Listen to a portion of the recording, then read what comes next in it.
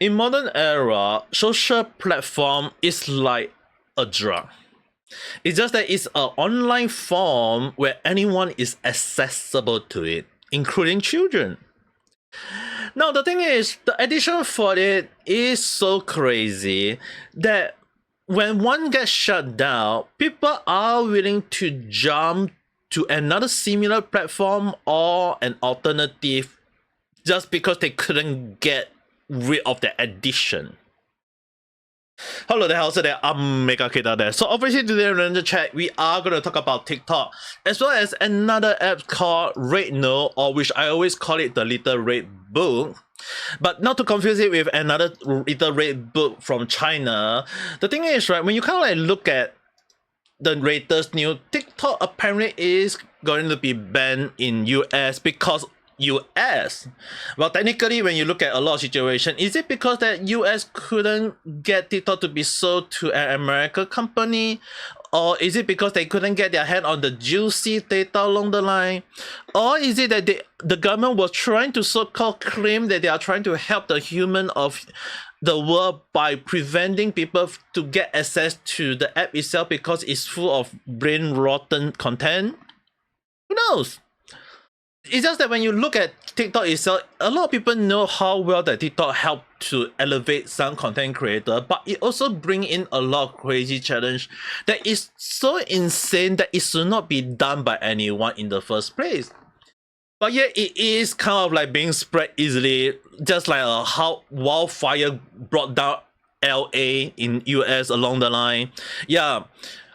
When a viral video appeared in TikTok, it really went viral like a wildfire.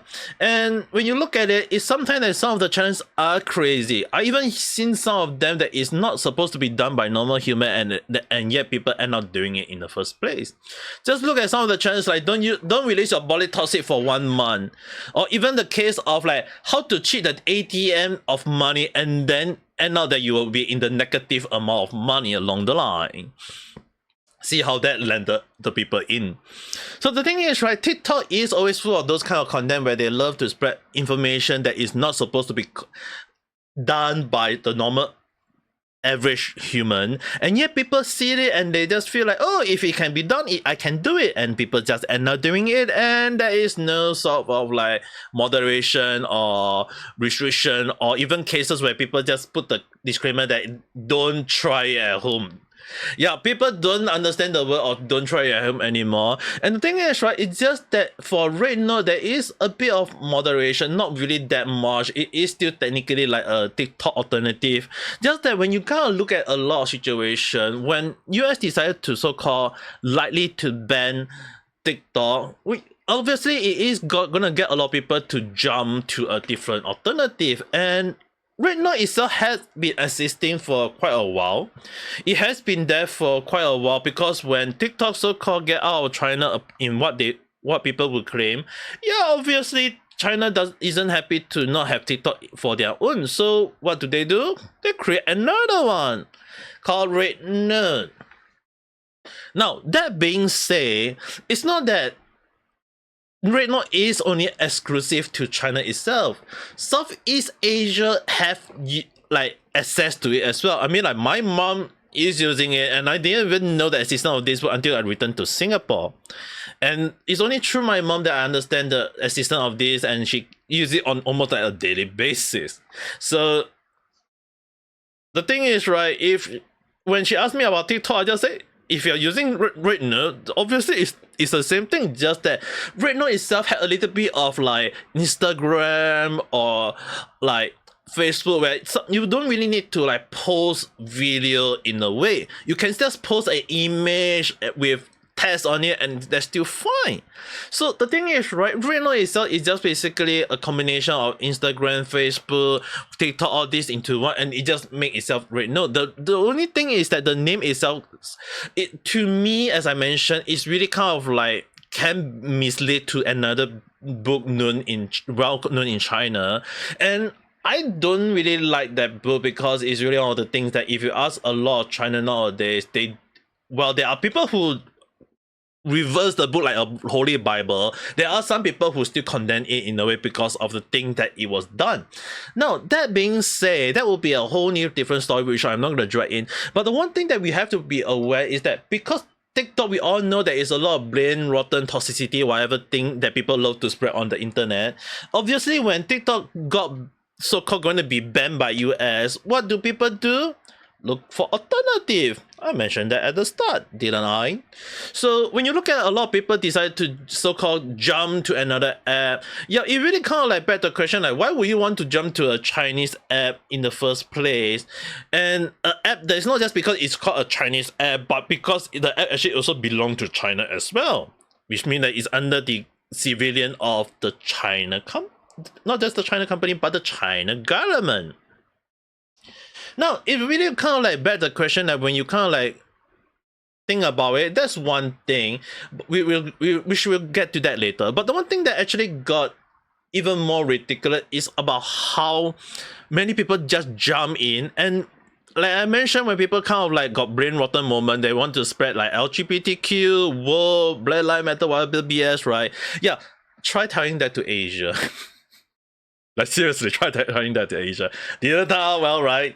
So apparently there is like this is just only one of the example where a Chinese people on the app actually saying that American TikTok refugees should keep their so-called BS stuff to themselves. Like if you want to be gay, but don't tell the whole damn world that oh I'm gay or I'm LGBT or whatever BS along the line.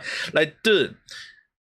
Do you think that just because I'm straight, I'm a straight person, so I go around and say, hey, I'm a very straight person, so straight to the point that I only like girls?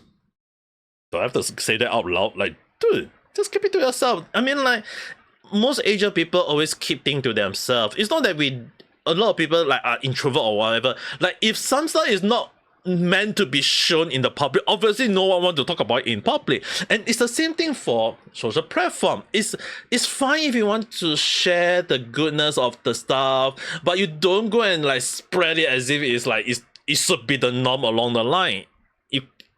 Is people gonna get people mad? So it's kind of funny that how many people start attacking someone over there. And the thing is, right, when you jump to another country, it's the same thing as the word say. When you visit Rome, do as a Rome say. You don't out of nowhere start like bring the BS or gender ideology or methodology or whatever BS stuff from America and then bring it to another app and say that oh it's the new norm. That's the reason why like a lot of people sometimes hate America. Not saying like everyone hate, but it's just that it's those kind of idiots that bring this kind of thing into the internet that really beg the question like why would they want to do this in the first place?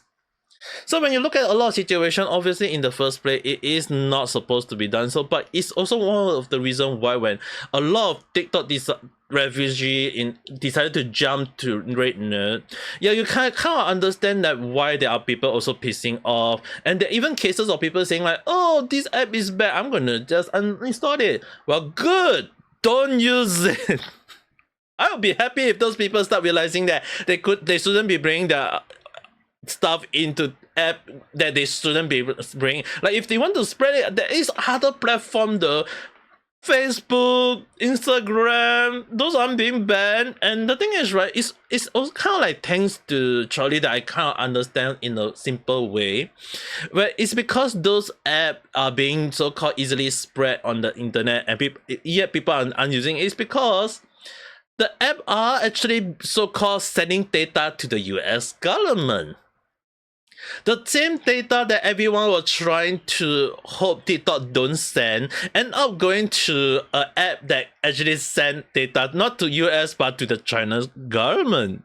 So I guess that everyone just hating on US government but don't mind sending that data to China government along the line. I guess different government have different point of view, I guess. But at the end of the day, it's really one of the moments that, as I mentioned, this is the second point, that people are kind of like just jumping ship and they don't really like do a proper search. Like the thing is, right, they don't want US government to have their data, and TikTok didn't want to be sold to American company because the moment it got sold to American company, that is when the so-called the company will end up having their hand on the sweet data that the government always want. And it's always it's not a conspiracy, it's not whatsoever. You can just look at a lot of news, like even Twitter. Elon Musk admitted that the government want a hand on Twitter data. So when you think about it, obviously Facebook or Instagram or any other app, when they have data being given to the US government, because US government love to spy on everyone, even to the smallest creator along the line, obviously they want to understand what is the norm, what is the information that people are spreading. They want every information out there. So if TikTok is not going to sell to the American company, which they can indirectly get their hand on the data, obviously they will do something that is considered the most crazy thing, and that is banning it outright. So when they ban it outright, is it because they want to so-called, as I mentioned, that they're trying to so-called stop the spread of misinformation or crazy channel that has been on TikTok for quite a long while? Yeah. Look at Facebook, look at Instagram, look at any other platform. There are many crazy challenges out there, and why are those challenges not stopped on other platforms, but why is it that TikTok being targeted? It's just in a way the so-called data that they can't have. If no one can have it, they ban it. It's just that simple.